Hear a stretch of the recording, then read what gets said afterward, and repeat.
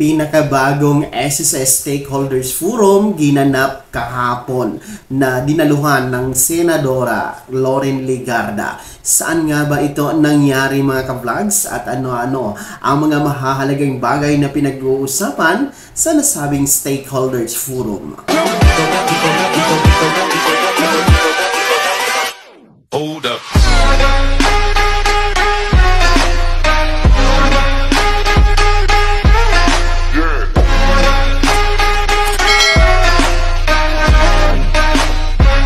Hello mga ka-vlogs! Welcome dito sa aking YouTube channel. Magandang araw po sa lahat ng mga manonood saan man po kayong dako sa mundo. Kumusta mga ka-vlogs? So, katatapos lamang po kahapon, July 9, 2024, sa ganap na alas 10 ng umaga, ginanap po ang isang SSS Stakeholders Forum mga ka-vlogs kung saan dinaluhan po ito ng ilang mga politiko, mga SSS executives, kasama po ang Senadora Loren Legarda and of course the SSS President and CEO Rolando Ledesma Makasay. Bago natin pag-uusapan kung saan ito nangyari at ano-ano ang mga mahahalagang bagay at issues na tinalakay po sa nasabing Stakeholders Forum, kung bago ka pa lang dito sa aking YouTube channel, inanyayahan ko po kayo na mag-subscribe. I-click niyo po ang ating subscribe button na nasa baba, ha? At huwag kalimutang pindutin ang notification bell para updated kayo sa mga mahahalagang videos na i-upload ko. Sumabalik tayo dito sa katatapos lang kahapon, July 9, na SSS Stakeholders Forum. Well, in fact, ito po yung pinaka-latest, pinakabago na SSS Stakeholders Forum ngayong 2024 ni SSS mga ka-vlog. So, mahalaga ito sapagkat ang SSS talaga ay nag-iikot sa mga LGUs, mga local government units, city or municipality or province sa buong Pilipinas para mapaabot po, makipag-partnership sa mga LGUs, makipag-partnership sa mga NGOs at iba pang mga ahensya, mapagobyerno man yan or mapapribado, makipag-partnership itong si SSS para po mapaabot doon, mapaabot po sa mga mamamayang Pilipino yung serbisyo, mga benepisyo na meron si SSS. And ito nga po ay nangyari kahapon, pinaka-latest dyan sa probinsya ng Antique. So sa mga Antiqueño na nakapunta kahapon, maaari nyo bang i-comment sa comment section na nasa baba kung isa kayo sa dumalo doon sa Antique na SSS Stakeholders Forum kahapon, July 9 mga ka-vlogs, Komento nyo po sa comment section na nasa baba.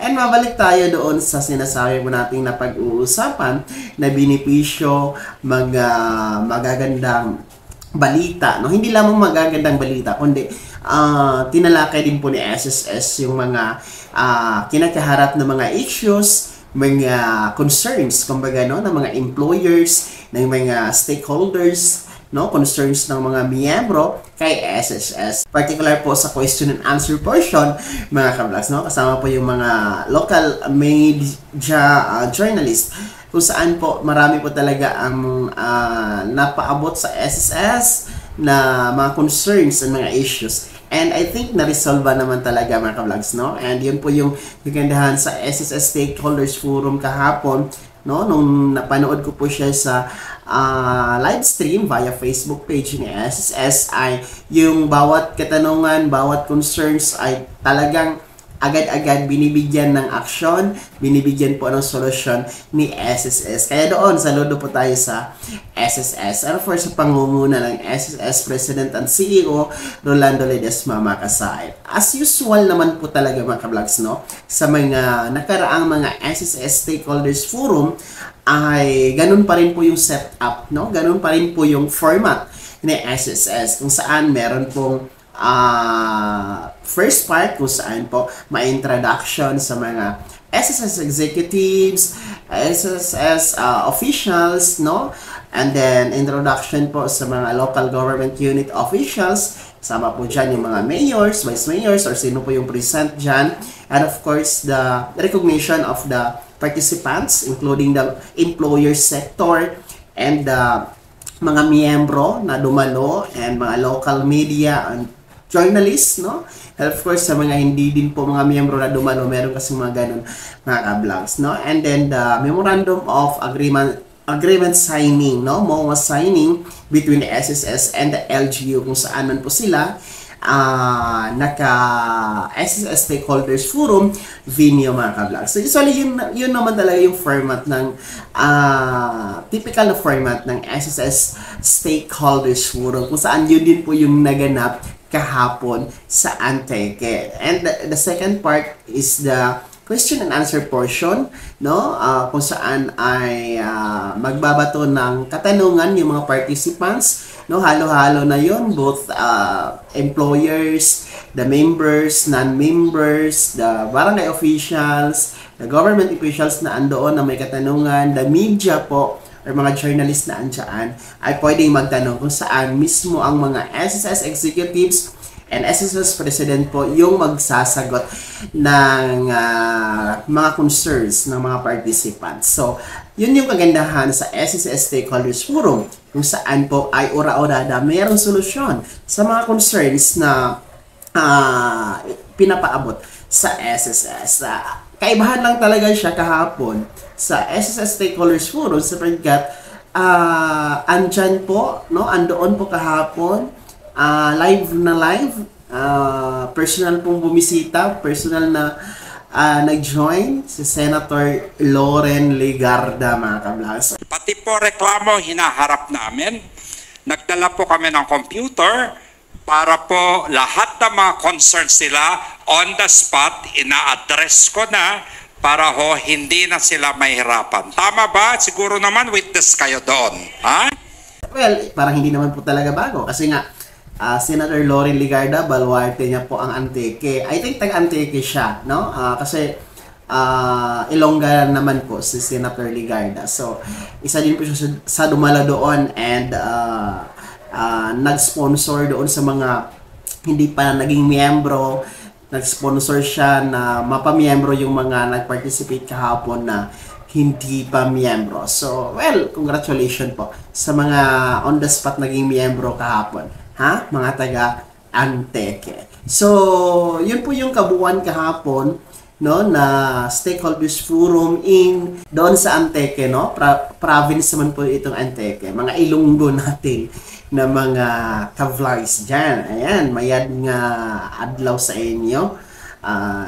Tanan diha sa may Antique, no? May mga relatives din po ako dyan sa Antique.